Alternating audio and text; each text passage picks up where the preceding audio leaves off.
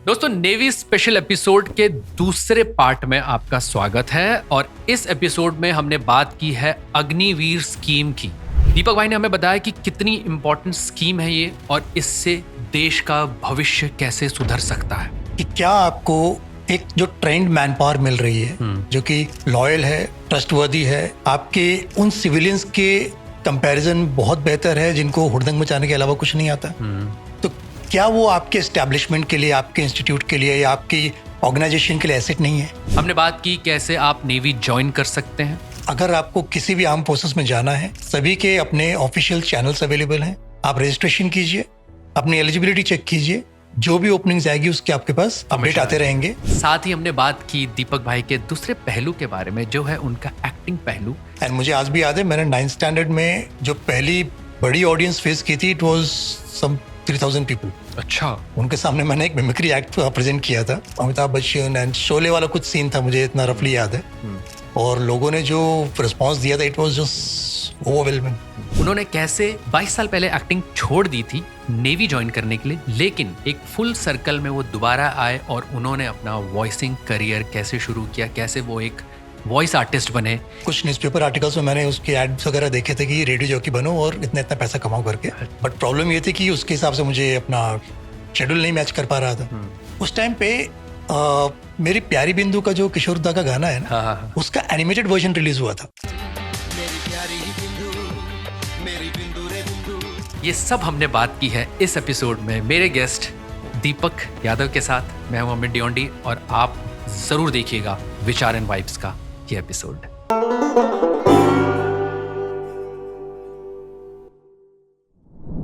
दीपक भाई, सबसे पहला मेरा सवाल आज यही रहेगा कि जो अग्निवीर स्कीम थी जो गवर्नमेंट लाई कुछ साल पहले, उसका लोगों ने अपोज किया कि बच्चों को आप भर्ती तो करवा रहे हो 4 साल के लिए, उसके बाद वो कहाँ जाएंगे, बेरोजगार हो जाएंगे। दोस्तों, मैं आपको बताना चाहता हूँ, दीपक भाई ने खुद अग्निवीरों को ट्रेन किया है नेवी में। तो आपसे मैं जानना चाहता हूँ, ये स्कीम आपको भी ऐसा लगता है कि 4 साल के बाद बच्चे लोग बेरोजगार हो जाएंगे, उनके पास कुछ काम नहीं रहेगा, उनको निकाल दिया जाएगा, उनका भविष्य अंधकार में हो जाएगा? आपको क्या लगता है? आपने तो खुद ट्रेन किया अग्निवीरों को। अमित भाई, मैं एक्चुअली काउंटर क्वेश्चन करूंगा आपसे कि आपको क्या लगता है कि हमारी देश की जनता जो है या हमारे जो यूथ है बेसिकली, जो कल को हमारा देश का फ्यूचर बनेंगे, वो कैसे होने चाहिए? क्या वो ऐसी माइंडसेट या ऐसे लोग होने चाहिए कि जरा सा किसी ने कुछ बोल दिया या कुछ एक स्टेटमेंट दे दी और वो जाके सीधा बसों को आग लगा दें, ट्रेनों को रोक दें, पब्लिक डैमेज करें? बिल्कुल नहीं। या फिर ऐसे लोग जो कि उस ना सिर्फ उस स्टेटमेंट को बल्कि उस पूरे नैरेटिव को चेक करें, एनालाइज करें, उसकी जड़ तक पहुंचने की कोशिश करें कि अगर प्रॉब्लम है तो सोल्यूशन पक्का कहीं ना कहीं होगा, सोल्यूशन कहाँ से निकल सकता है। तो किस टाइप की जनता आपको चाहिए होगी? बिल्कुल ऐसे माइंडसेट वाले यूथ चाहिए, ऐसी माइंडसेट वाली जनरेशन चाहिए डेफिनेटली। तो अग्निवीर ऐसा नहीं है कि आपके सपनों पर पानी फेरने के लिए कोई स्कीम है।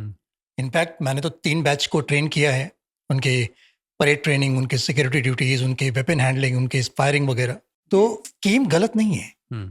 आप ये देखिए कि अगर मैं सर्विस का पॉइंट ऑफ व्यू छोड़ भी देता हूँ कुछ देर के लिए, मैं अगर देश की बात करूं तो देश में जो आपको आने वाले कुछ सालों में जो ट्रांसफॉर्मेशन आएगा, जो बदलाव आएगा उस यूथ के लिए, उस देश के लिए, वो आप समझने की कोशिश कीजिए। सवाल मैं आम जनता से भी पूछ सकता हूँ कि क्या आपको एक जो ट्रेंड मैन पावर मिल रही है, एक ऐसा बच्चा या एक ऐसा व्यक्ति मिल रहा है जो कि ट्रेंड है, लॉयल है, ट्रस्टवर्दी है, आपके उस फेज से या उन सिविलियंस के कंपैरिजन बहुत बेहतर है जिनको हुड़दंग मचाने के अलावा कुछ नहीं आता? तो क्या वो आपके एस्टेब्लिशमेंट के लिए, आपके इंस्टीट्यूट के लिए या आपकी ऑर्गेनाइजेशन के लिए एसेट नहीं है? बिल्कुल है। लेकिन सवाल यहाँ पर ये उठ रहा है कि 4 साल के बाद मेरे ख्याल से 25% लोगों को अडॉप्शन होता है ना? और 75% जो अग्निवीर हैं उनको रिलीज कर दिया जाता है। करेक्ट। तो वो मुद्दा ये उठ रहा है कि वो लोग बेरोजगार हो जाएंगे, उनको जॉब नहीं मिलेगी, या उनका क्या भविष्य है? तो जहां तक अगर हम बात करें कि बेरोजगारी वाली जो बात है, बार बार लोग कहते हैं देश में बेरोजगारी बहुत है, तो अगर मैं जो अपने पर्सपेक्टिव दे रहा हूं कि 16.5 या 17 साल से 19 साल के बच्चे जो कि शायद अपना स्कूल कंप्लीट कर चुके होंगे या कर रहे होंगे, अगर ये 4 साल के लिए भी मैं 4 साल नहीं ले रहा हूँ, 4 साल के लिए भी अगर आते हैं सर्विस में, मैं तो चाहूंगा कि ये लोग आगे जाएं, बट अगर 4 साल के लिए भी आते हैं, इनकी सैलरी शुरू हो गई करेक्ट डे 1 से। करेक्ट अब ये डिपेंडेंट नहीं है अपने पेरेंट्स के ऊपर। करेक्ट इसके बाद जब ये अगर छोड़ के भी जाते हैं, हाँ तो इनको एक लमसम अमाउंट मिल रहा है जो कि कम नहीं है। मिलता है, कितना मिलता है? रफली 11.7, रफली आप मान के चलिए 12 लाख रुपए इनको, 12 लाख रुपए 12 लाख रुपए इनको हाथ में मिलते हैं जब ये 4 साल के बाद छोड़ के जाते हैं। अब आप मुझे बताइए, एक 19-20 साल का बच्चा या 22-23 साल का बच्चा 11-12 लाख रुपए हाथ में लेकर क्या नहीं कर सकता? बिल्कुल। जिस तरह से इस गवर्नमेंट ने स्टार्टअप्स को प्रमोट किया है, जिस तरीके से आपको एमएसएमईज के लोन्स बड़ी आसानी से आजकल मिल रहे हैं, तो क्या आप अपना कोई छोटा मोटा बिजनेस या कुछ स्टार्टअप नहीं कर सकते? बिल्कुल कर सकते हो। आपको घर बनवाना हो, आपको हायर स्टडीज करनी हो, आपको अपनी बहन की शादी करवानी हो, आपको अपने पेरेंट्स के लिए कुछ करना हो, 12 लाख रुपए कम नहीं होते। बिल्कुल। इनफैक्ट मैं तो बताना चाहूंगा कि डीआरडीओ ने भी रिसेंटली काफी अच्छा परसेंटेज उन लोगों के लिए रिजर्व कोटा अनाउंस किया है। इन बच्चों के पेरेंट्स से भी रिक्वेस्ट करूंगा कि आप लोग अपने बच्चों को मोटिवेट कीजिए कि जहां एक यूथ अपने ग्रेजुएशन कंप्लीट करने के बाद या पढ़ाई कंप्लीट करने के बाद स्ट्रगल करता है या सोचता है, दिमाग लगाता है कि मुझे किस फील्ड में जाना है या किस टाइप की जॉब करनी है, वहां पर तो ये बच्चे कमा के निकल चुके हैं। करेक्ट। 12 लाख रुपए हाथ में है, प्लस जो ट्रेनिंग मिली है इनको, जो मेंटली एंड फिजिकली ये स्ट्रांग हुए हैं, जो स्ट्रेंथ इनके पास है वो अलग। तो देश का माहौल क्यों नहीं सुधरेगा? बिल्कुल। एंड बेरोजगारी कहाँ है? बेरोजगारी सिर्फ वही है जहां पर कि आप खुद कुछ नहीं करना चाहते। आपके पास या तो स्किल्स नहीं है, या आपके पास टाइम नहीं है, या आपके पास एनर्जी, या फिर आपके अंदर एक नीयत नहीं है आपकी बेसिकली नहीं है, तो फिर आपको लगेगा कि नहीं भाई सब चीजें बेकार है। बिल्कुल सही बात बोली आपने, क्योंकि जहाँ आपकी नीयत होती है, जहाँ आपकी इच्छा शक्ति होती है, वहाँ आप कोई ना कोई जरिया, कोई ना कोई तरीका निकाल लेते हैं अपने आप को एंगेज करने का, अपने आप को इक्विप करने का कि मैं समाज में एक ऐसा हिस्सा बन जाऊं समाज का जिस पे मेरे को डिपेंडेंट ना रहना पड़े, मैं समाज की कुछ जिम्मेदारी ले सकूं। वो मेरे फैमिली भी हो सकती है, मेरे आसपास के लोग हो सकते हैं। तो इनफैक्ट जैसे मैंने भी बताया कि 3 बैच को तो मैं ट्रेन कर चुका हूँ, तो जब मैं रैंडमली इन लोगों से बात करता हूँ या इन लोगों के व्यूज जानना चाहता हूँ, नोबडी इज डिससैटिस्फाइड। कोई ऐसा नहीं है कि यार मुझे तो जाना ही है। वही मैं पूछना चाह रहा था कि आपने तो इन बच्चों के साथ काम किया है, उनका क्या माइंडसेट है? उनको तो आना है ना? डेफिनेटली आना है, उनको रिटेन भी होना है। उनकी सबकी कोशिश ये रहती है कि भाई 4 साल के बाद मुझे रुकना नहीं है, मुझे आगे कंटिन्यू करना है, मुझे उस 25% में रहना है जो फर्दर नौकरी करेंगे। और बाई चांस अगर नहीं हो जाते तो हर स्टेट गवर्नमेंट ने एंड कई सारी जगह पर कई सारी कंपनीज ने इनके लिए पैकेजेस ऑलरेडी डिक्लेयर किए हुए हैं। एंड आई होप वो अपने अपने प्रोमिसेस पे लिव अप करें एंड इन लोगों को, इन बच्चों को यूटिलाइज करें अपने ऑर्गेनाइजेशन के लिए एंड देश के बेनिफिट के लिए। क्योंकि ये वो भविष्य है जिन्होंने इतनी छोटी उम्र में इतना बड़े काम किए। राइट। अपने आप को ट्रेन किया, एक अच्छा खासा पैसा लेके अपनी फैमिली के लिए और देश के लिए ये कुछ कर सकते हैं। आनंद महिंद्रा ने भी बोला है ना कि वो भी अपनी कंपनी में उन लोगों को अडॉप्शन करेंगे, उनका जो अग्निवीर से जो बच्चे हुए होंगे जो सर्विस में आगे कंटिन्यू नहीं करेंगे। तो ऐसी बहुत सारी कंपनी, जैसे डीआरडीओ का आपने जिक्र किया, प्राइवेट सेक्टर्स भी लोग उनको अब अपने अंदर लेंगे, अपनी कंपनी में ज्वाइन करवाएंगे। और अभी तो शायद 23 में शायद पहला बैच शुरू हुआ है जॉब करना, है ना? अभी तो 1 साल ही हो रहा है। कोविड के बाद से, कोविड में 2 साल तो रिक्रूटमेंट हुए नहीं। तो अक्टूबर 2022 में आई थिंक शुरू हुए थे एंड 23rd में पहला बैच आया था। इनफैक्ट मैं तो आपको ये भी बताना चाहूँगा कि मैंने एक डिप्लोमा किया है इन बैंकिंग एंड सिक्योरिटी। अच्छा। तो उसमें मुझे ये समझ में आया कि जो बैंकिंग सेक्टर है वो आर्म फोर्सेस के जो रिटायर्ड पर्सनल है उनको क्यों प्रेफर करता है एज कम्पेयर टू सिविलियंस। क्यों करता है? डेफिनेटली उनके पास ट्रेन मैन पावर है, लॉयल मैन पावर है, हार्ड वर्किंग मैन पावर है, ट्रस्टवर्दी लोग हैं। अगर एक बंदा जो सिविलियन है और एक बंदा जो एक सर्विसमैन है, अगर उन दोनों के आप मेरिट्स या प्रोज एंड कॉन्स आप लिस्ट आउट करोगे तो आपको इस बंदे में ज़्यादा आउटपुट मिलेगा, ज़्यादा बेनिफिट मिलेगा किसी भी ऑर्गेनाइजेशन को। बैंकिंग ने तो इस चीज़ को अडॉप्ट कर लिया है एंड मेरे खुद के कई सारे ऐसे दोस्त हैं जिन्होंने सर्विस छोड़ने के बाद आज बैंकिंग सेक्टर में हैं। अच्छा। काफ़ी सारी अच्छी ऐसी पोजीशंस पे हैं और कुछ लोग मैनेजर्स भी हैं। तो ये लोगों से मुझे पता चलता है कि बैंक क्यों प्रेफर करता है। एंड जस्ट लाइक बैंक, बाकी जगह भी जहाँ पर एक सर्विसमैन के लिए कोटे हैं, रिजर्व कोटा रहता है कुछ परसेंटेज, तो रेलवेज में हो गया या कई सारी ऑर्गेनाइजेशंस हैं, अपना स्टील प्लांट्स वगैरह में हो गया, कई सारी ऐसी जगहों पर है जहाँ पर कि इनको ही मिलता है। प्लस अपना एसएससी में है, अगर जो बंदा सीजीएल के थ्रू जाना चाहे तो उसमें भी कुछ कोटा मिल जाता है। तो एक ऑलरेडी ट्रेन मैन पावर आपके लिए हमेशा एक एसेट ही रहेगा, तैयार रहेगा बंदा, एंड आप उसको जैसे ढालोगे आप उससे मैक्सिमम आउटपुट की उम्मीद कर सकते हो। करेक्ट। तो ये जो अग्निवीर स्कीम है, it is in the good interest of the country, और आने वाले कुछ सालों में जब आपको रियलाइज होगा कि ये बच्चे क्या कर चुके हैं और क्या कर रहे हैं, then you will feel proud कि भाई अच्छा हुआ ये ऐसी कोई स्कीम आई है। दीपक भाई, एक और चीज़ मैं पूछना चाहता हूँ, जो हमें पता चली कि पहली बार through Agniveer scheme women sailor की एंट्री हुई है, थ्रू अग्निवीर ही एंट्री कर सकते हैं वो लोग, है ना? तो इसके बारे में थोड़ा बताइए, कैसी अपॉर्चुनिटी, अच्छी अपॉर्चुनिटी खुली है एक लड़कियों के लिए भी? बहुत ज़्यादा अच्छी अपॉर्चुनिटी है। इनफैक्ट जो हम विमेन एम्पावरमेंट की बात करते हैं, ये बहुत बड़ा कदम है उसकी तरफ। एंड मैंने तो जैसे इन लोगों को ट्रेन किया है, तो मैं इनसे जब इंटरेक्ट करता था तो इन लोगों की आंखों में जो जोश और जो तेज नजर आता था मुझे कि भाई करना है। क्योंकि कई बार क्या होता है कि फिजिकली जो है वो लड़कों के मुकाबले में लड़कियां थोड़ा सा कमजोर रहती हैं। खासकर मैं अगर बात करूं राइफल या वेपन हैंडलिंग की, तो उनसे वेपन जल्दी कॉक नहीं होते, क्योंकि वो उन्होंने कभी किया नहीं, और जो वेपन है वो उसमें ताकत लगती है।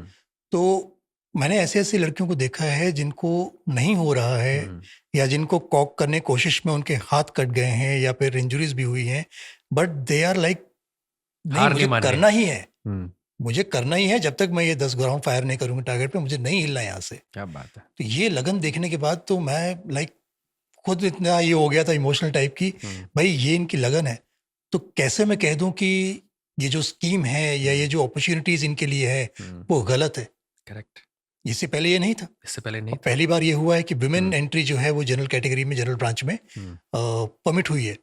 तो मैं तो एक बहुत ही अच्छा फैक्टर देखता हूँ सर्विस के लिए, देश के लिए, उन लड़कियों के लिए जो जिनके मन में सपना है कि मुझे देश सेवा करनी है, मुझे आर्म फोर्सेस में जाना है, उनके लिए बहुत अच्छी अपॉर्चुनिटी है ये।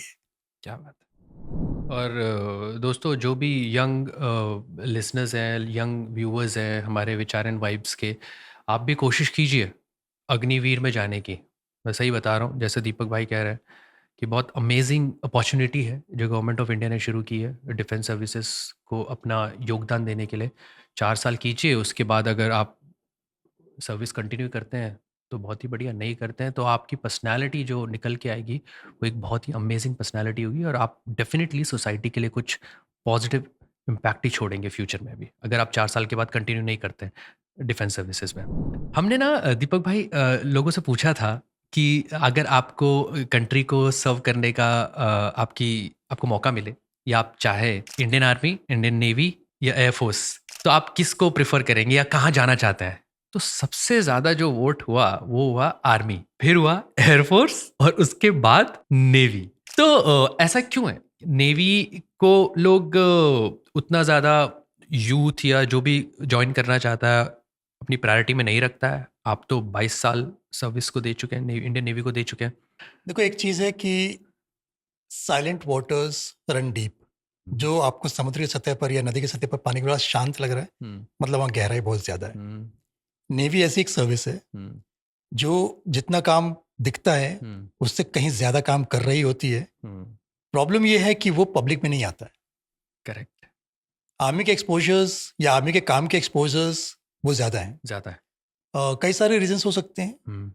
मीडिया भी एक रीजन है, न्यूज वगैरह एक रीजन है, बॉलीवुड भी एक रीजन है। कई सारी मूवीज इन पर बन चुकी हैं आर्मी के ऊपर। आर्मी में काफी मूवीज बनी है, और नेवी में, एयरफोर्स पे भी मूवी काफी बनी है, बट नेवी पे अगर याद आए तो एक ही movie I think, Ghazi attack. हाँ, वो नेवी पे बनी है। बाकी और ऐसे कुछ याद नहीं आ रहा। आपको अगर याद है, आप कुछ पता चल रहा था, कमेंट कीजिए। लेकिन ये भी एक बहुत अच्छा रीजन बोला आपने कि बॉलीवुड इन्फ्लुएंशियल जो चीजें हैं बॉलीवुड से होती हैं। बिल्कुल। और नेवी के ऊपर फिल्म बनाना उतना थोड़ा चैलेंजिंग भी रहता है।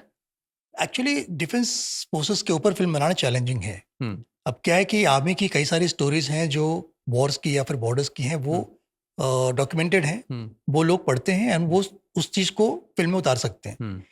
नेवी के साथ प्रॉब्लम ये है कि आपको ना वो जहाज मिलने वाले हैं, ना वो जहाज का जो माहौल और वो जो एक्चुअल सिनेरियो है वो उतना जल्दी अवेलेबल हो सकता है पब्लिक डोमेन में। तो होता ये है कि हमारे जो शिप्स हैं, वॉर शिप्स हैं, उसको हम आपको रेंट नहीं कर सकते। करेक्ट, ना ही वो इतना बड़ा शिप रेप्लिकेट कर सकते हैं। करेक्ट। तो वो चीज़ें करना मुश्किल है, जिसकी वजह से ऐसा होता है कि नेवी के ऊपर ज़्यादा फिल्म्स नहीं बन पाती नहीं बन हैं। पाई। अगर आप एक मूवी याद करें कि अब तुम्हारे हवाले वतन साथियों, हम्म। उसमें एक छोटा सा इंट्रो था नेवी का स्टार्टिंग में, हम्म। जहाँ पर अमिताभ बच्चन जी आते हैं बॉबी देओल से मिलने, उनका जो बेटा था। हम्म। एंड वो जो छोटा सा सीन था, वो शूट किया गया था एनएस विक्रांत पे, अच्छा। क्योंकि हम एक्चुअल शिप को सेल आउट नहीं करा सकते एक मूवी शूटिंग के लिए। तो वहां पर स्टिल वाटर्स में, जेट्टी पर, हार्बर में खड़े खड़े वो सीन शूट किया गया। एंड उस पानी को भी थोड़ा सा मोशन दिया गया, वो सीन क्रिएट करने के लिए। हमें दुश्मन की ललकार का जवाब देना है। देश शिवा पर मोही इहे शुभ कर्मंते कबहू न डरो और सौ जब जाई लड़ो, निश्चय कर अपनी जीत करो। तो ये इतना आसान नहीं है नेवी के शिप्स को लेकर या नेवी की स्टोरीज को लेकर मूवी बनाना। इसीलिए आई थिंक लोगों में एक्सपोजर भी कम है। लोग तभी सुनते हैं या जानते हैं नेवी के बारे में जब कोई रेस्क्यू ऑपरेशन होता है और हम जाके कहीं से लेकर आते हैं बच्चों को रेस्क्यू करके, या फिर किसी और कंट्री में कहीं वॉर वगैरह हो जाती है। तो उस सिचुएशन में पब्लिक पढ़ती है नेवी के बारे में, उसके बाद फिर दोबारा भूल जाती है। उनको ये नहीं पता चलता कि 1971 वॉर कैसे हुआ था, करेक्ट, डिसीजन कैसे आया था, फाइनल सरेंडर कैसे हुआ। उनको ये नहीं पता चलता कि कोविड के टाइम पे कितना मटेरियल हमने इधर उधर किया।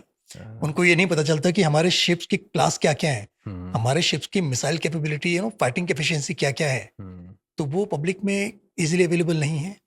अगर कोई पढ़ भी रहा है तो वो शायद किसी एग्जाम की तैयारी कर रहा होगा, तो उसको थोड़ी बहुत नॉलेज होगी। Otherwise just because of absence of this awareness, शायद नेवी की तरफ लोगों का रुझान कम है।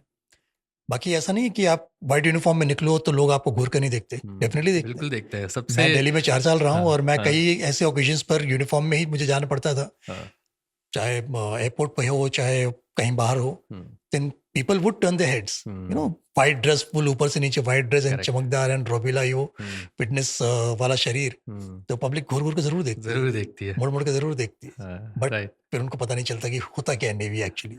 करेक्ट। तो ये एक बहुत बड़ी विडंबना है हमारे देश की, ये हम इतना काम करने के बाद भी गुमनाम है। लेकिन ये अच्छी बात है कि हम लोगों ने इस मुद्दे पे काफ़ी बात की। आप लोगों ने पहला पॉडकास्ट अगर नहीं देखा है तो आप प्लीज़ देखिए जाके। हमारा जो पहला पार्ट था दीपक भाई के साथ, उसमें नेवी कैसे फंक्शन करती है, कितने कितने डायमेंशन में नेवी काम करती है, आपको पता चलेगा। इस पॉडकास्ट में हम स्पेसिफिकली बात कर रहे हैं कि कैसे यूथ नेवी ज्वाइन कर सकता है।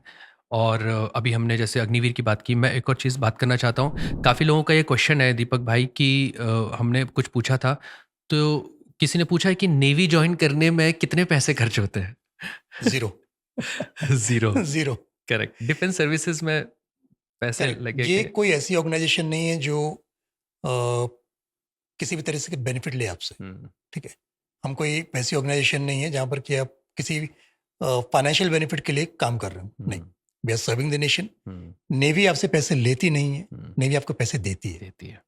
जिस दिन से आपका एक सर्विस नंबर इशू हो जाता है, जिस दिन से आप एनरोल हो जाते हैं सर्विस में, आपकी सैलरी डे 1 से शुरू हो जाती है। जब तक आप नेवी में हैं तब तक आपकी सैलरी पक्की है। तो ऐसा क्योंकि ये सवाल आया, तो ऐसे स्कैम भी होते हैं क्या भर्ती कराने के? हम भर्ती करा पहले देंगे थे, पहले कई बार सुनने में आता था कि कुछ लोग अपने आप को रिटायर्ड नेवी ऑफिसर्स या ऑफिशियल्स बताते थे। एंड वो, अब कई बार क्या होता है कि लोगों में अवेयरनेस कम थी। आज इंटरनेट सबके हाथ में, पहले नहीं था। पहले लोग न्यूज़पेपर्स का या टैबलेट्स का सहारा लेते थे कि एंट्री आएगी तो पता चलेगा। तो कुछ लोगों ने इस मौके को भून लिया। उन्होंने क्या किया कि अपने पास इंफॉर्मेशन रखते थे एंड वो जाके लोगों को ये झांसे में फंसाते थे। करेक्ट, बताते थे कि भाई मैं तुम्हारी भर्ती करवा दूंगा। तो उसके बदले में वो उनसे पैसे लेते थे। बट मैं तो इनफैक्ट सभी को बताना चाहूँगा, अगर आपको किसी भी आर्म फोर्सेस में जाना है, नेवी, आर्मी, एयरफोर्स, सभी के अपने ऑफिशियल चैनल्स अवेलेबल हैं, ऑफिशियल वेबसाइट्स हैं, स्मार्टफोन्स पर एप्स भी अवेलेबल हैं। आप रजिस्ट्रेशन कीजिए, अपनी एलिजिबिलिटी चेक कीजिए, जो भी ओपनिंग्स आएगी उसके आपके पास अपडेट आते रहेंगे। क्या बात है। एंड आप उसके हिसाब से जो भी आपकी एलिजिबिलिटी है और जो भी आपकी ओपनिंग्स आपको सुटेबल लगती है, आप अप्लाई कीजिए। कोई पैसा नहीं किसी को देना है, किसी मिडिलमैन के पास नहीं जाना है आपको। एक सवाल पूछना चाहता हूँ, नेवी में भर्ती हो गए, तो नेवी में जब आप जॉब करते हैं ज़्यादातर आप कोस्टल और वाटर्स में ही रहते हैं, तो आपकी सर्विस के दौरान आपको बहुत ही एग्जॉटिक या अमेजिंग जगह है, पोस्टिंग्स कौन-कौन सी रही ज़रा वो बताइए? मैं तो प्रेफर करूंगा दोबारा अंडमान जाना। अंडमान में अंडमान आपने निकोबार आइलैंड मैंने 3 साल सर्व किए हाँ, और उस जगह जैसी शायद मुझे दूसरी जगह नहीं मिली कहीं। क्या बात है! ये सही है कि हमारी जो पोस्टिंग जनरली कोस्टल एरियाज में रहती है because navy is all about sea and water. हुँ, बट दिल्ली में भी हमारे हेडक्वार्टर्स हैं। हुँ, उसके अलावा देश के कई सारे और कोनों में भी हमारे कुछ कुछ छोटे छोटे यूनिट्स वगैरह हैं, हाँ, जहाँ पर कि हमारे कुछ एनसीसी यूनिट्स भी हैं, हाँ, कुछ मेडिकल यूनिट्स भी हैं। हुँ। तो वहाँ पर हम लोग पोस्टेड रहे होते हैं। एंड मेरी अगर पर्सनल प्रेफरेंस की बात की जाए तो Andaman Nicobar islands is the best. तो मतलब आप फ़ोर्स में हैं और क्या कहते हैं, आप जीवन के भी आप पूरा आनंद ले सकते हैं, बीइंग मैं तो इन कहता हूँ सर्विस। नेवी इकलौती, इनफैक्ट नेवी एक इकलौता ऐसा ऑप्शन है हाँ, जो बिना पासपोर्ट बिना वीजा के आपको पूरी दुनिया घुमाता है। है ना? और ये मैं आज से नहीं कह रहा हूँ, ये मैं पिछले 15 सालों से कह रहा हूँ हाँ, कि अगर आपको दुनिया देखनी है free of cost hmm, navy join कर लो। ना पासपोर्ट चाहिए, ना वीजा चाहिए, कुछ नहीं चाहिए। इनफैक्ट फॉरेन पोर्ट पे जाओगे तो आपको पैसे दिए जाएंगे खर्च करने के लिए कि जाओ खर्चा करके आओ। करेक्ट, तो फ्री में दुनिया देखने का सबसे बेस्ट ऑप्शन है ज्वाइन द नेवी। जो हम पहले कहते थे हाँ, join the navy and see the world, it's actually true. It's actually true. दुनिया भर घूमोगे। हाँ, आपको याद होगा लास्ट के बेसिकली इसी जून में जो योगा डे मनाया था, हुँ, हमने हर पोर्ट में अपना एक एक शिप हुँ, सेटअप किया हुआ था, करेक्ट, एक करेक्ट, अपनी ग्लोबल रीच को बताने के लिए, हुँ, दिखाने के लिए हुँ, कि यस वी आर अवेलेबल। आपकी हेल्प चाहिए, हुँ, आपको कुछ भी अगर रिक्वायरमेंट है, हम हैं। We are there. हम हैं। टाइम मिलता है डिपेंड सर्विस करता है, के दौरान? डिपेंड करता है।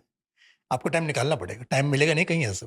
हाँ, जैसे मैंने कहा कि आपको बड़ा ही एग्जॉस्टिंग रूटीन मिलेगा हुँ, जो आपको आपका फिजिकल एंड मेंटल टोल दोनों लेता रहेगा। हुँ, बट टाइम बीच में आपको निकालना पड़ेगा और ये डिपेंड करता है कि आप कितना अ, उस टाइम को चाहते हैं या हुँ, कैसे उसको यूज करना चाहते हैं। हुँ। तो आप डेफिनेटली टाइम निकाल लेंगे।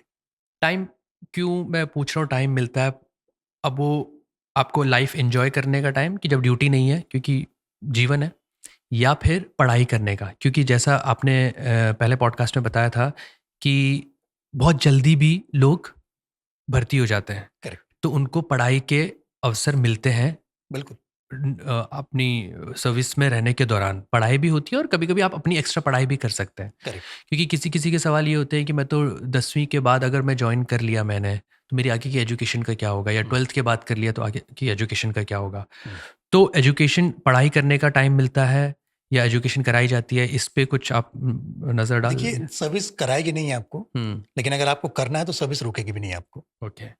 आपको पढ़ाई करनी है, हुँ, आप बिल्कुल अप्लाई कीजिए। हुँ, जिस भी यूनिवर्सिटी से, जिस भी कॉलेज से आप करना चाहते हैं, हुँ, आप डेफिनेटली कर सकते हैं। हुँ, ये है कि आप रेगुलर क्लासेस नहीं कर पाएंगे, हुँ। आप डिस्टेंस मोड में, हाँ, ऑनलाइन मोड में कर डिस्टेंस सकते हैं। करना पड़ेगा। जैसे मुझे याद है कि इग्नू एक बहुत अच्छी यूनिवर्सिटी है, हुँ, Indira Gandhi national open university, हुँ, जिसमें तमाम कोर्सेज हैं। हुँ, अगर आपने 10th के बाद 12th भी नहीं किया है, हुँ, 10th में ही आप भर्ती हो गए, हुँ, तो आप 12th करने का भी उसमें ऑप्शन है। Correct. NIOS, hmm, national institute of open schooling, open schooling. उसके थ्रू भी आप 12th कर सकते हो। हुँ, इग्नू में भी एक बैचलर्स प्रिपरेटरी प्रोग्राम आता है हुँ, जो ग्रेजुएशन के लिए रिक्वायर्ड है। तो हुँ, वो 6 महीने कोर्स करने के बाद आप ग्रेजुएशन भी कर सकते हो। अच्छा। तो रोकता कोई नहीं है आपको। हुँ, आपकी पर्सनल ग्रोथ के लिए, हुँ, पर्सनल एडवांसमेंट के लिए कोई रोकेगा नहीं। हुँ, आपको सिर्फ एक चीज़ का ध्यान देना है कि आपका जो प्रोग्राम या आपकी जो डेट्स हैं वो शिप के या सर्विस के प्रोग्राम के साथ थोड़ी सी क्लैश ना हो। क्लैश ना हो। तो इसीलिए इग्नू जो कहता है कि आपका 3 साल का ग्रेजुएशन कोर्स अगर है, हुँ, तो आपके पास 6 साल का टाइम है उसे कंप्लीट करने का। करेक्ट। गलती से आपके कोई एग्जाम्स अगर मिस हो जाते हैं किसी भी रीजन से, हुँ, तो आप उसको दोबारा देकर दोबारा दे सकते कंटिन्यू हैं। कर सकते हो। तो टाइम बिल्कुल मिलता है, टाइम आपको निकालना पड़ेगा। हुँ, सर्विस ने कभी नहीं रोका किसी को कि हुँ, तुम्हारा ये एग्जाम है तो नहीं। इनफैक्ट मैं तो ये भी कहना चाहूँगा कि कई सारे ऐसे ब्रिलियंट माइंड्स भी हैं हुँ, जो सर्विस में रहते हुए पढ़ाई करते हैं हुँ, क्योंकि उनका फोकस क्लियर है। हुँ, एंड ऐसे भी लोग हैं जिनको मैं जानता हूँ जिन्होंने सर्विस में रहते हुए यूपीएससी भी क्लियर किया है। अच्छा। करेक्ट। वो अपनी लगन, अपनी डेडिकेशन के ऊपर है कि आप कितना करना चाहते हो। But this should not come at the cost of आपकी जो प्रोफेशनल रिक्वायरमेंट है उस पर। Correct, correct. जिस चीज़ के तो लिए उसको आप साइडलाइन नहीं कर नहीं सकते कर कि मैं सकते। अपने सिस्टम के बारे में नहीं पढ़ूंगा, हाँ, मैं सिर्फ यूपीएससी की तैयारी करूंगा या फलाने की तैयारी करूंगा। आप साथ ही साथ कर सकते हो, बिल्कुल कर सकते साथ ही साथ आपने भी बहुत सारी चीज़ें की हैं। हो। तो दोस्तों मैं आपको बताना चाहता हूँ, दीपक भाई बहुत अच्छे वॉइस आर्टिस्ट भी हैं। जो हमारे रेगुलर लिसनर्स हैं, जो रेगुलर व्यूअर्स हैं हमारे विचार एंड वाइब के, आप लोगों ने देखा होगा, हमने कई वॉइस आर्टिस्ट के साथ बात की है, राइटर्स के साथ बात की है, डायरेक्टर्स के साथ बात की है। तो दीपक भाई से मिलना और दीपक भाई से बातों का सिलसिला, दोस्ती का सिलसिला भी ऐसे ही शुरू हुआ था मेरा। और ये बहुत अच्छे वॉइस आर्टिस्ट भी हैं। सर्विस के दौरान ही इन्होंने साइमल्टेनियसली अपने आप को इक्विप किया।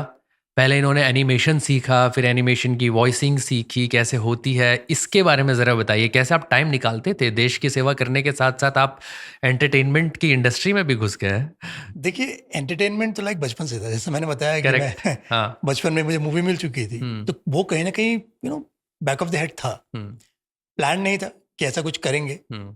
तो मैंने जैसे कहा कि टाइम हमें चुराना पड़ेगा, टाइम निकालना पड़ेगा। तो मुझे ऐसा लगता था कि मेरी ड्यूटीज़ के अलावा और मेरी शिप के रिक्वायरमेंट के अलावा अगर मेरे पास थोड़ा सा बहुत टाइम है, तो मैं फालतू की आदतों में बिलीव नहीं करता हूँ। ना मैं ड्रिंक करता हूँ, ना मैं स्मोक करता हूँ, ना मैं पब क्लब की सब चीज़ों में बिल्कुल भी इंटरेस्ट नहीं रखता हूँ। बहुत सही। तो मैं क्या करता हूँ, मैं कुछ ऐसी चीज़ें ढूंढता हूँ जो एज ए हॉबी परस्यू कर सकूँ, एंड मे बी शायद उनमें कुछ ऐसा क्लिक कर जाए जो कल को मेरा एक और करियर का ऑप्शन बन सकता है। तो इसी मोटिव के साथ मैंने 2007 में आई थिंक मैंने सोचा कि मुझे क्या करना है। तो मेरे पास 2-3 ऑप्शंस थे। तो उस समय रेडियो जॉकी बड़ा अच्छा चल रहा था, बूम पर था। तो कुछ न्यूज़पेपर आर्टिकल्स में मैंने उसके एड्स वगैरह देखे थे कि रेडियो जॉकी बनो और इतना इतना पैसा कमाओ करके, बोलने के पैसे मिलते हैं वाली बात। तो मैंने बोला भाई ये करना सही है। बट प्रॉब्लम ये थी कि उसके हिसाब से मुझे अपना शेड्यूल नहीं मैच कर पा रहा था। फिर कहीं से पता चला कि भाई एनिमेशन तो सीख सकते हैं।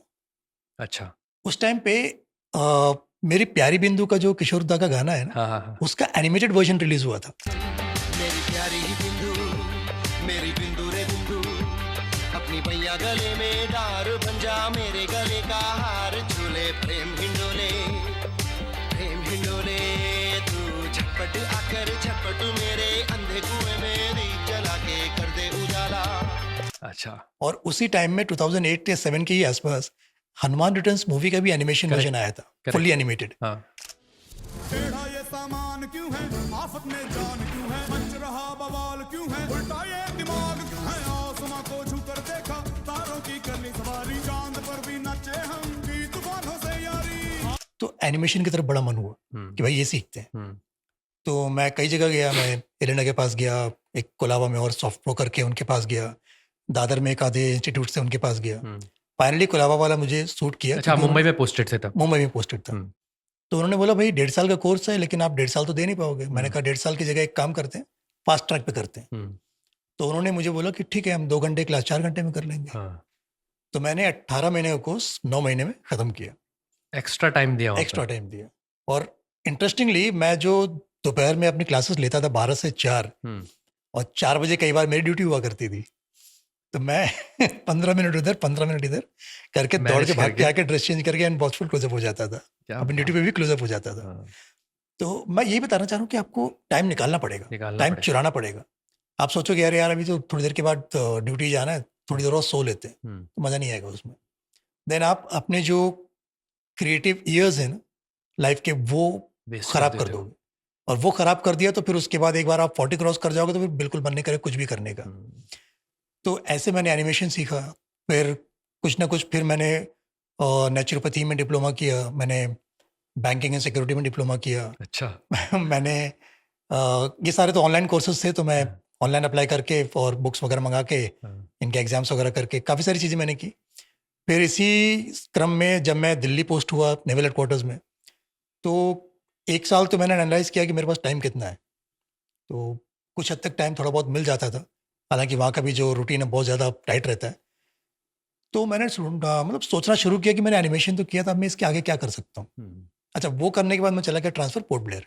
अच्छा। और पोर्ट ब्लेयर जाने के बाद, अंडमान जाने के बाद मेरी प्रैक्टिस छूट गई। तो वहाँ पे मैंने कुछ और अलग अलग कोर्सेज किए। दिल्ली पहुँचने के बाद मैंने सोचा क्यों ना उसको मैं आगे कंटिन्यू करूँ। पोर्ट ब्लेयर से जब दिल्ली गए? हाँ, नहीं, पोर्ट ब्लेयर के बाद मैं विशाखापट्टनम आया था। अच्छा। और विशाखापट्टनम के बाद फिर मैं दिल्ली गया। तो दिल्ली में आने के बाद फिर मैंने वही सोचा कि अभी थोड़ा सा टाइम मिल रहा है, इसको कैसे यूटिलाइज करें। तो एनिमेशन का क्योंकि टच और वो टाइम निकल चुका था, काफ़ी दिन किए हुए थे, तो फिर मुझे कहीं से ये टर्म मिला, voice over. Voice over in dubbing. Voice over, तो मैंने बोला वॉइस ओवर सुना सुना सा तो लग रहा है। अब मुझे ये पता है कार्टून में आवाजें हैं, हाँ, कोई ना कोई बोलता ही है, कैरेक्टर्स हाँ। को आवाज कोई ना कोई दे रहा है। हाँ। ये नहीं पता था कि उसको वॉइस ओवर कहते हैं। अच्छा। वॉइस ओवर अब ट्रेनिंग कहाँ से ली जाए, करते कैसे हैं, कुछ नहीं पता था। सर्च करते करते हिमांशु खन्ना का नंबर मिला दिल्ली में, उनको कांटेक्ट किया तो उन्होंने मुझे एक स्क्रिप्ट भेजी, बोला भाई इसको रिकॉर्ड करके भेजो फ़ोन पे, सुनते हैं तुम्हारी आवाज़। भेजा, सिलेक्ट हो गया।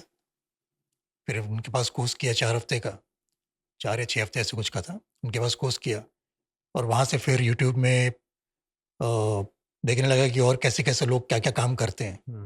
तो अभी मेरा इंटेंशन था कि उन्होंने मुझे एक बड़ी चीज़, अच्छी चीज़ बताई थी कि अपनी भाषा पर काम करना बहुत ज़रूरी है। हालाँकि मेरे लैंग्वेज में, मेरी बोली भाषा में कोई डायलेक्ट नहीं है, किसी रीजन का टच नहीं है, तो जनरली लोग बता नहीं पाते तुम कहाँ से आते हो। कहाँ से हो? तो उस चीज़ का मुझे बेनिफिट था। करेक्ट। लेकिन फिर भी भाषा कई बार ऐसी होती है, फिर को फिर हम करते हैं, फल को फल फूल करते हैं। तो ये फ का तो कई लोगों के साथ चलता है। ज़रूरत होता है, लोग ज़रूरत, हाँ, है ना? या ज़रूरत। बहुत सारे ऐसे हाँ, वर्ड्स हैं जिनको कि हाँ। हम तोड़ मरोड़ के हाँ। आम भाषा में बोलते हैं। तो उस भाषा पे काम करते करते ही काफ़ी टाइम हो गया, हाँ। काफ़ी टाइम लगा। धीरे धीरे फिर मौका मिला मुंबई आने का। तो मुंबई ट्रांसफ़र आने से पहले मैं 2019 में एक बार आया था वॉइस फेस्ट अटेंड करने के लिए। अच्छा। तो वहाँ जब दर्पण जी से एक दिन का वर्कशॉप लिया और काफ़ी सारे लोगों से मिला वहाँ पे, तब समझ में आया कि ये इंडस्ट्री एक्चुअली कितनी बड़ी है और कैसे कुछ लोगों ने सिर्फ इसी इंडस्ट्री के बलबूते पर अपना ब्रेड एंड बटर चला रहे हैं। करेक्ट। तो ये एज अ करियर ऑप्शन कितना अच्छा है। और साथ ही साथ आप जो कर रहे हो कि इतनी सारी स्क्रिप्ट्स मिल रही हैं आपको, इतने सारे कैरेक्टर्स मिल रहे हैं प्ले करने के लिए, एक ही जीवन काल में आप हज़ारों कैरेक्टर बन सकते हो। तो ये बड़ा ही फैसिनेटिंग लगा मुझे। अच्छा। तो फिर धीरे-धीरे फिर मैंने काम ढूँढना शुरू किया। अब काम ऐसे तो मिलता नहीं है। हाँ। सारा हफ्ता मुंबई में। हाँ। ऑनलाइन उस समय काम नहीं था, ऑनलाइन मतलब वो नॉलेज नहीं थी लोगों की। थैंक्स टू कोविड के बाद से ऑनलाइन क्लाइंट्स आना शुरू हुए। कोविड के बाद ऑनलाइन मतलब लोगों ने अपना होम सेटअप बनाना शुरू किया। तो वहाँ से थोड़ा सा बूस्ट मिला, थोड़ा सा गाइडेंस मिली। करते फिर टाइम निकालता था, रिहर्सल करता था, पढ़ता था, रीडिंग करता था, एक्सरसाइजेस करता था।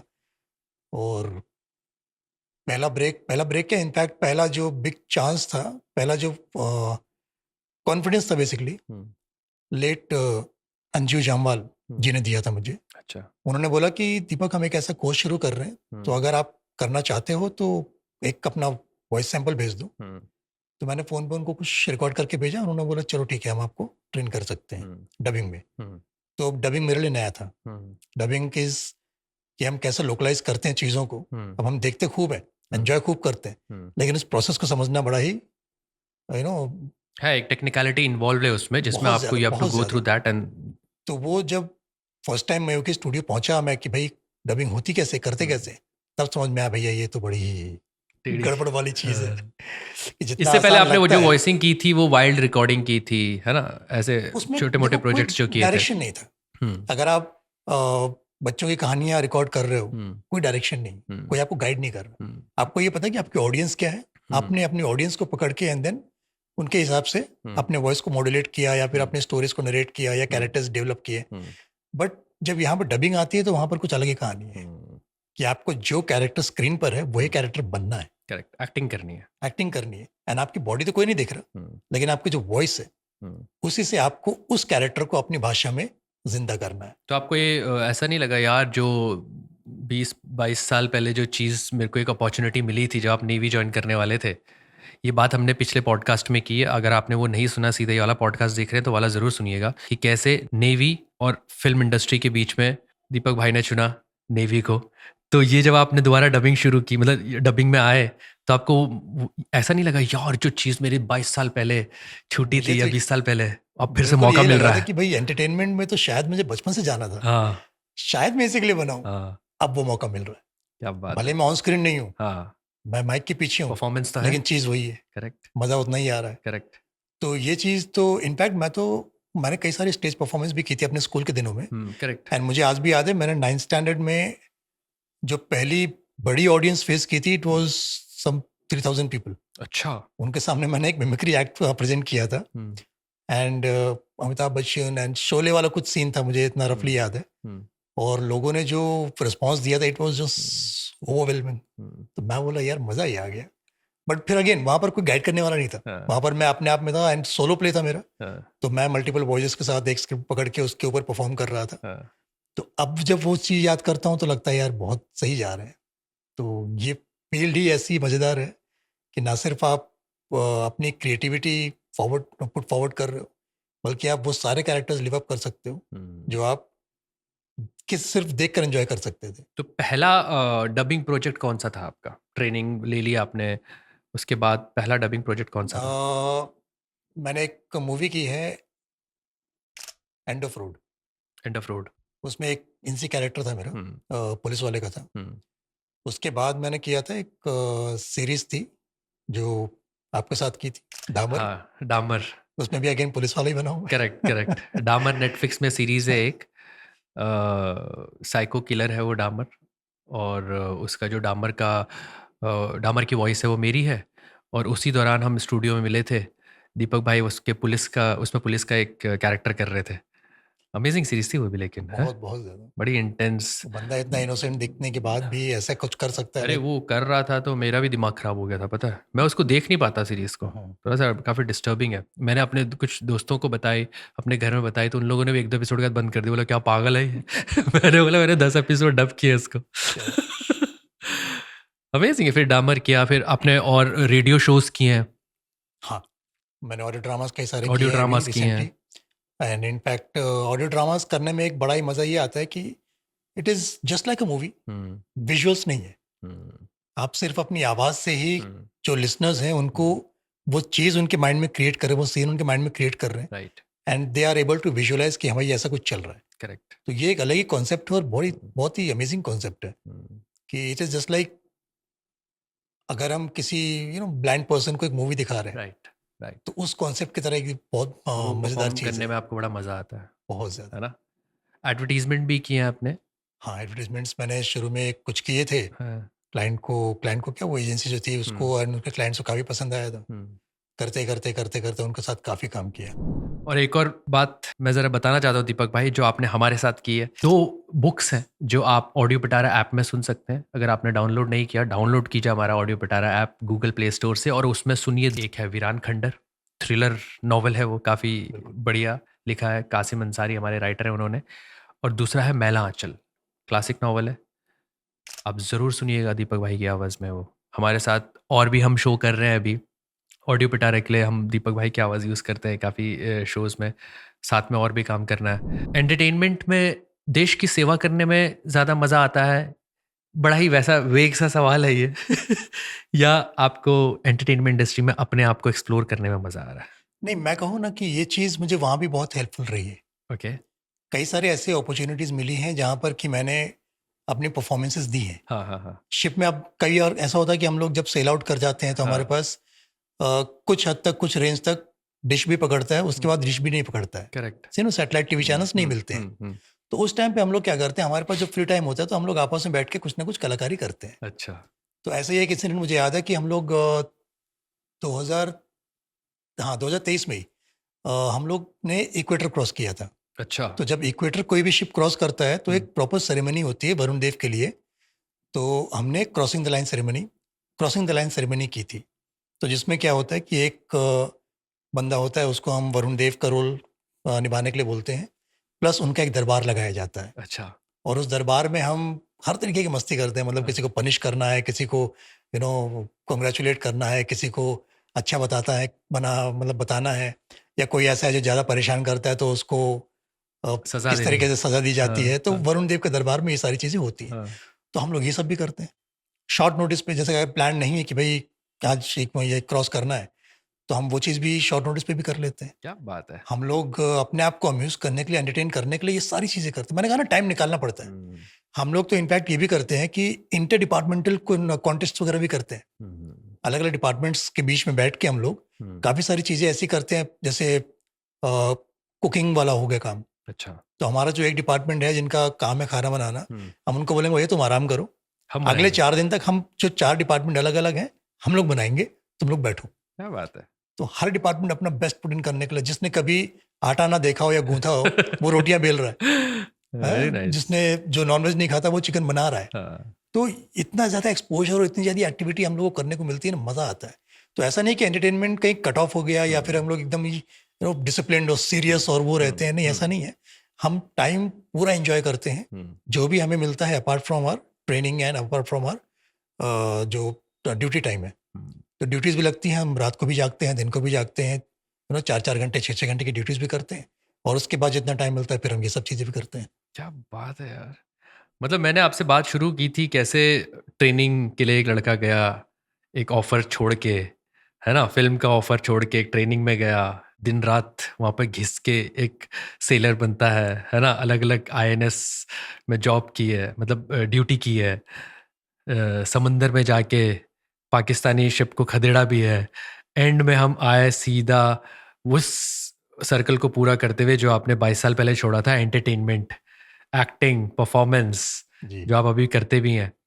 अमेजिंग यार दीपक भाई, मज़ा आ गया यार आपसे बात करके। एंड आई एम श्योर जितनों ने भी ये पॉडकास्ट ये वाला एपिसोड सुना या पहला वाला भी सुना, अगर ये पहला वाला नहीं सुना तो जाके ज़रूर सुनिए। आप लोगों को भी काफ़ी लर्निंग मिली होगी इस पॉडकास्ट से। और दीपक भाई मैं आपसे ये एक, क्योंकि आप एक मल्टी फेसेट पर्सनैलिटी हैं, आप डिसिप्लिन भी हैं, आप उतनी एंटरटेनिंग भी हैं, परफॉर्मेंस देते हैं, आप ट्रेनर हैं। एक आपने अग्निवीर के दौरान जब हम डिस्कशन कर रहे थे, आपने अच्छा मैसेज दिया यूथ को, पेरेंट्स को। एक ओवरऑल कुछ एक आप मैसेज देना चाहें हमारे व्यूअर्स को, लिसनर्स को, तो वो क्या होगा? एक नहीं, मैं 2 देना चाहूँगा। क्या बात है। पहला तो डिसिप्लिन, अपनी लाइफ में डिसिप्लिन को रिलीजियसली फॉलो कीजिए। डिसिप्लिन के साथ आप वो काम कर सकते हैं जो आप सपने में भी नहीं सोच सकते। अगर आपको एक चीज़ करनी है, अगर आपको सुबह 4:30 बजे उठना है, डिसिप्लिन के साथ उसको मेंटेन कीजिए। अगर आपको अपनी पढ़ाई को इतने घंटे देने हैं, डिसिप्लिन के साथ मेंटेन कीजिए। आपको खुद की ग्रोथ के लिए, सेकंड पॉइंट जो है, आपको खुद की ग्रोथ के लिए कुछ ना कुछ करते रहना है। अपने स्किल्स को अपग्रेड करते रहो, क्योंकि अगर आज के टाइम में या आने वाले टाइम में ऐसा हो जाएगा कि आप किसी एक स्किल के ऊपर जॉब या सर्वाइवल नहीं कर सकते डिपेंडेंट अपना, नहीं रह सकते। तो आपको एक वो जो कहावत है ना, जैक ऑफ ऑल ट्रेड्स, बनना ही पड़ेगा। आप मास्टर ऑफ वन हो के कोई फायदा नहीं है। और आप इसके बहुत बड़े अच्छे एग्जाम्पल हैं कि आपने, क्योंकि लोगों को लगता है कि यार ऐसी डिफेंस सर्विसेज में आगे तो कुछ और कर ही नहीं सकते। आपने तो क्या ज़बरदस्त तरीके से एक्सप्लोर किया, अलग अलग डायमेंशन एक्सप्लोर करके फिर परफॉर्मेंस चीज़ें पकड़ी हैं। बिल्कुल। फ्यूचर में यू नेवर नो, आप फुल टाइम यही कर रहे होंगे, है ना, ये भी हो सकता है। अमेजिंग दीपक भाई, मेरे को तो मतलब इतना मज़ा आया दोनों पॉडकास्ट में, पहले एपिसोड में भी, इस एपिसोड में भी। And thank you so much अपने इतने बिजी शेड्यूल से टाइम निकालने के लिए, विचार एंड वाइब्स में आने के लिए। आई एम श्योर आपको भी अच्छा लगा होगा। बिल्कुल बिल्कुल, बहुत मजा आया मुझे। Thank you for inviting me in the first place. It's pleasure is mine, and मेरी टीम का ये प्लेजर है कि आप यहाँ पे बैठे। और I am sure viewers, listeners जो भी हमको देख रहे हैं, सुन रहे हैं, आप लोगों को भी ये दोनों पॉडकास्ट में मज़ा आया होगा। बहुत सारे इंसाइट्स मिले होंगे अबाउट इंडियन नेवी, बहुत सारे इंसाइट्स मिले होंगे यूथ के लिए कि कैसे हम अगर देश की सेवा करना चाहते हैं तो क्या क्या तरीके हो सकते हैं। नेवी एक बहुत अच्छा ज़रिया है जिसके थ्रू आप अपनी देश की सेवा कर सकते हैं। और इन दोनों पॉडकास्ट के थ्रू आपको ये सब चीज़ें, ये सब नॉलेज मिलेगा। आप ज़रूर देखिएगा। अगर आपने सब्सक्राइब नहीं किया है तो प्लीज़ विचार एंड वाइब को सब्सक्राइब कर दीजिए।